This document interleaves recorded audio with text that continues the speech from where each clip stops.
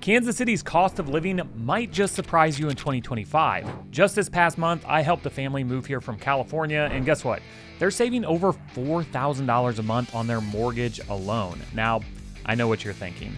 Anywhere is cheaper than living in California, and you're probably right. But after helping many of you move here from places like Florida, Las Vegas, Texas, Colorado, Phoenix, and so many more, you all say the same thing. The cost of living here is way more reasonable than the areas that you're moving from. That being said, there are some hidden costs nobody talks about, so make sure you stick around until the very end because we're getting into the weeds on this one. I'm Kyle, your Kansas City realtor and insider, and in this video, I'm breaking down the real cost of living in Kansas City in 2025.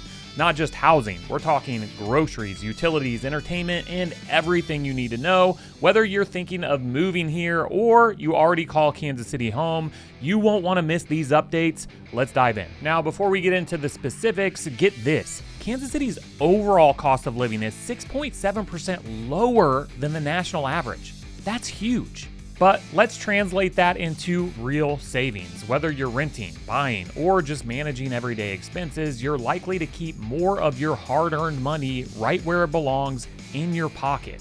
Now, out of all of the families that we've helped relocate here, there's always one expense that always catches everyone off guard. We'll uncover that surprise for you in just a moment. First, let's focus on the backbone of the cost of living, housing expenses in Kansas City's most popular neighborhoods. Let's start with the biggest expense, housing.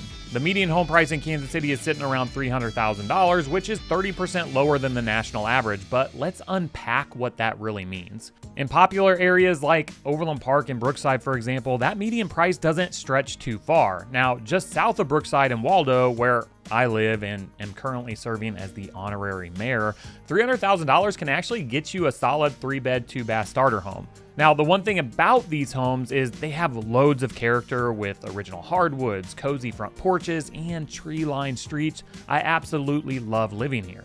It's the kind of neighborhood where you can walk to local coffee shops, boutiques, and parks, making it the perfect spot for anyone who loves tight-knit community vibe. If you're more into newer construction, Lee Summit and Overland Park are fantastic options, but you're not going to find anything near that median sales price. In fact, the median for new construction in the metro is $500,000. Yeah, that's quite a jump. But that higher initial price tag can often lead to significant savings in the long run since new homes require much less maintenance compared to older resale homes. It's all about what fits your vibe. I'm a sucker for the charm of old homes, but I totally get why new homes are so tempting. Now, another thing that's been quite a fiasco around here lately when it comes to homeownership is the property taxes. Especially in Jackson County, we've seen unexpected spikes averaging over 30% in property valuations over the past couple of years. These assessments have led to significantly higher taxes, sometimes hitting homeowners without much warning. This was quite the shock when I moved my family back here from Colorado, where the property tax rate was just under 0.6%. To put it in perspective, Kansas City ranks 179th out of 643 cities nationally for property taxes. That's a big jump from what I was used to. Whether you're coming from a state with lower rates like I did, or from somewhere with similar or higher rates, it's crucial to understand that the property taxes here could have a substantial impact on your wallet. But what if you're not quite ready to dive into buying a home? Let's talk renting. In Kansas City, the average rent for a 2-bedroom apartment hovers around $1,400 a month. Keep in mind, this varies widely depending on the area. Snagging a 2-bedroom downtown for that price, well, it's pretty tough. But when you compare our rates to cities like Denver and Austin, we're talking major savings here in Kansas City. Now, the housing market here really does have something for everyone, whether you're into the charm of historic homes, the sleek appeal of new construction, or just a cool modern apartment. There's a spot here to fit every budget and lifestyle. But here's the thing, while housing is a big part of your budget, it's not the only thing you need to plan for.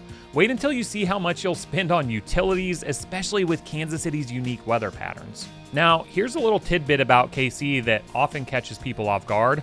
Our utility costs run about 8% higher than the national average. Sounds like a bummer, right? But let's dig into the actual numbers so you know what you're up against. For a typical home, expect your electric and gas bills to be between $180 to $230 each month. That's not too bad, but here's the thing.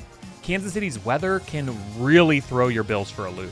Our summers are hot and humid, which means your AC will be cranking hard. And winters, let's just say they're brisk enough to make you appreciate a good furnace.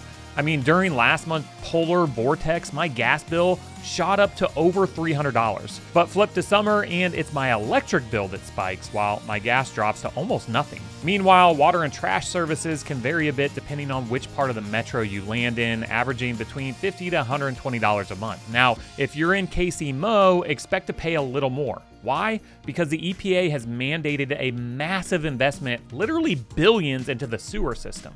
Personally, my water bill hovers around $100 each month, which is on the high end. When it comes to the internet, Kansas City is actually ahead of the curve. Thank you, Google Fiber. You can get high-speed internet for around $50 to $70 a month. That's a steal compared to a lot of other cities, and it's one of those little perks that makes living here even better. Now, here's a pro tip I share with all my clients. When you're house hunting, pay attention to the HVAC system. Older systems can really drive up your utility bills, especially during those extreme weather months. We actually just helped a family from Texas plan for this by choosing a home with a newer, energy-efficient HVAC system. It made a huge difference in their monthly bills, and it's something you'll want to keep in mind too. So while utilities here can be a bit higher than the national average, there are plenty of ways to manage those costs. Now, before I tell you all about how you can save money on transportation, make sure to hit that subscribe button below so you never miss one of my videos about life here in KC. Okay, let's shift gears to transportation. Now, the main expense here comes from owning a car, mainly because public transit options are a bit sparse in Kansas City. But here's a bright spot. Many of the transit options we do have are free. Overall, transportation costs in Kansas City are about 10% below the national average, and that's something you'll feel in your wallet, especially when you're filling up your gas tank or paying for car insurance. Speaking of gas, prices here are usually around 20 to 30 cents lower than what you'll find nationwide. It might not seem like much at first glance, but trust me, it adds up to substantial savings over the year. Thanks to Kansas City's central location, you're also never too far from major highways, which makes getting around a breeze without guzzling too much gas. Now, just a heads up, if you're driving around Kansas City proper, brace yourself for potholes, and you'll want to budget for that kind of maintenance. Now, when it comes to car insurance, you're looking at around $120 a month for full coverage, and that's pretty standard for the Midwest, and it's a lot more affordable than what you'll pay in bigger cities like Chicago or LA. When it comes to public transportation, the main highlight is Kansas City's streetcar system. Currently, it's completely free to ride, and it connects some of the most popular areas downtown, like River Market, Power and Light District, and Union Station. And with the streetcar expansion to UMKC, it's becoming even easier to get around the urban core without a car. The bus is also another free transportation option, but it's facing some serious challenges. Many neighboring cities have cut back or discontinued their bus services, largely due to budget constraints. So it's something to keep in mind if you're looking to utilize public transportation options. Another thing to keep in mind is Kansas City's bike-friendly infrastructure. With over 100 miles of bike lanes and trails, cycling is becoming a popular way to get around, especially in neighborhoods like Westport and the Crossroads. Plus, it's a great way to stay fit and save money on transportation. Now, let's talk about food costs because, let's be honest, this is where a lot of us spend a big chunk of our budget. The good news, groceries in Kansas City run around 3% below the national average. But what does that actually mean for your monthly budget? Let's break it down. For a family of 4, like mine, you're typically looking at a monthly grocery bill of around $1,000 to $1,200. That's for a mix of staples like milk, bread, and eggs, plus fresh produce, meat, and pantry items. And here's the thing. Kansas City has some great grocery store options like Aldi and my personal favorite, Trader Joe's, where you can find quality products without breaking the bank. Plus, we've got farmers markets all over the city like City Market, where you can grab fresh, locally grown produce at great prices. And let's not forget about Kansas City's food scene. We're known for our barbecue, obviously, but there's so much more to explore. And if you're someone like me who loves eating out, you're in for a treat. Many of our dining spots around town will run you about $15 to $25 per person. Obviously, that's without booze. And it's not all about barbecue, from authentic Mexican tacos on the west side to farm-to-table offerings in the Crossroads. There's something here for every palate and budget. But KC is not only about food and transportation. Trust me, what I'm about to break down next is the main reason why you're gonna love Kansas City and what we have to offer here. Of course, we can't overlook the fun stuff, entertainment and lifestyle costs. After all, life isn't just about paying bills, it's about enjoying where you live. For the fitness enthusiasts, an average gym membership in Kansas City will set you back about $60 a month. That's pretty standard across the board, but we also have an array of boutique fitness studios and other options. Whether you're into yoga, cycling, or even rock climbing, there's a place for you to break a sweat. But what if you'd prefer to go watch other people break a sweat? Let's talk sports. If you're a Chiefs fan, be prepared. Tickets to see a game at Arrowhead have surged over the past few years, and for obvious reasons. Watching Patrick Mahomes lead the team is not cheap, with tickets usually falling under $200 for nosebleeds, but for many, it's well worth it to witness such greatness in action. And if baseball is more your thing, you can catch a Royals game right next door for less than $40. And let me tell you, there's nothing quite like tailgating in Kansas City. It's an experience you won't forget. But sports aren't the only way to have fun in Kansas City. First Fridays in the Crossroads Art District is completely free and happens every month. It's a great way to explore local art galleries, grab a bite from a local food truck, and soak in the creative vibe of the city. And if you're into museums, the Nelson Atkins Museum of Art is not only world class, but it's completely free to visit. You can spend hours wandering through the collections from ancient artifacts to modern masterpieces without spending a dime. For couples, a monthly social budget of $400 to $600 is usually enough to cover dining out, movies, and other activities. But here's the thing. Kansas City has so many free or low-cost events that you can easily stretch that budget. From outdoor concerts to free yoga in the park, there's always something going on. Now here's a big question everyone asks. How much do you need to make to live comfortably in Kansas City? Let's break it down so you can see exactly what it takes to thrive here in 2025.